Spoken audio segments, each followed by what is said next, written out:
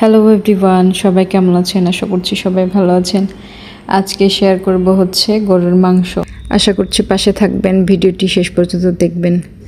তো চলুন আজকে আমার রেসিপিটি দেখ। চুলায় আমি আগে থেকে একটা কড়াই গরম করে রেখেছিলাম। এখন দিয়ে দিচ্ছি তেল। তেলের পরিমাণটা একটু বেশি দিয়ে দিচ্ছি, কারণ মাংস রান্না করার সময় একটু বেশি করে তেল দিতে হয়।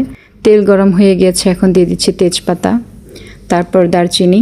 একটু নেড়েচেড়ে নেওয়ার পর কেটে রাখা পেঁয়াজ দিয়ে দিচ্ছে। ভালো করে নেড়েচেড়ে নিচ্ছি ব্রাউন কালার না আসা পর্যন্ত। এই তো পেঁয়াজ ব্রাউন কালার হয়ে গিয়েছে। এখন সামান্য পরিমাণ পানি দিয়ে দিচ্ছি। এখন একে একে মশলা অ্যাড করব। দিয়ে দিচ্ছি মরিচ গুঁড়া, বেশি পরিমাণ দিয়ে দিব, কারণ মাংসের ঝাল না হলে ভালো লাগে না। এখন দিলাম হচ্ছে হলুদ গুঁড়া, একটু নেড়েচেড়ে নিচ্ছি। এখন অ্যাড করছি গোলমরিচের গুঁড়া, জিরা পেস্ট, বাটা রসুন, আদা বাটা।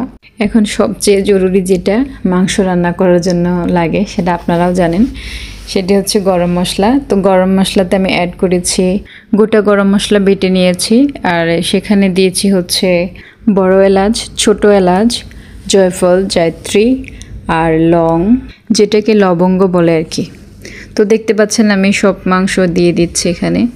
তো আমার মাংসের পিস আমি সবসময় বড় করে কাটি, সেটা মুরগি হোক কিংবা গরু, আমার পছন্দ। এক পিস খাবো, ব্যাস এনাফ, এর বেশি লাগবে না মাংস।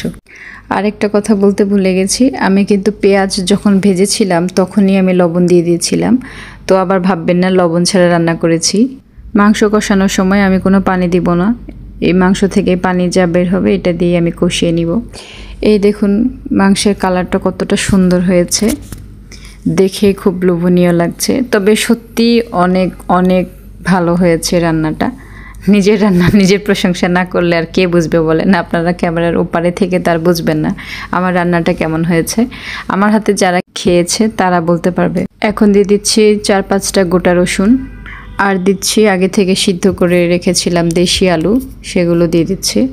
আমি জানি অনেকেই গরুর মাংসে আলু খেতে পছন্দ করেন না, তবে আমার ভালো লাগে। আমি সব সময় চেষ্টা করি মাংস রান্নার সময় আলু দিতে। মাংস কষানো হয়ে গিয়েছে, এখন দিয়ে দিব পানি। আর পানি দিচ্ছি হচ্ছে সিদ্ধ করে রেখেছিলাম আমি আগে থেকে, সেটি দিয়ে দিচ্ছি। পানি দেওয়ার ভিডিওটা রিমুভ হয়ে গিয়েছে, তাই ওইটা দেখাতে পারলাম না।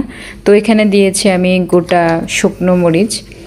শুকনো মরিচটা দিলে হবে কি, যারা ঝাল খেতে পছন্দ করেন পার্সোনালি, তারা এটা ভাতের সাথে মেখে মেখে খেতে পারবেন।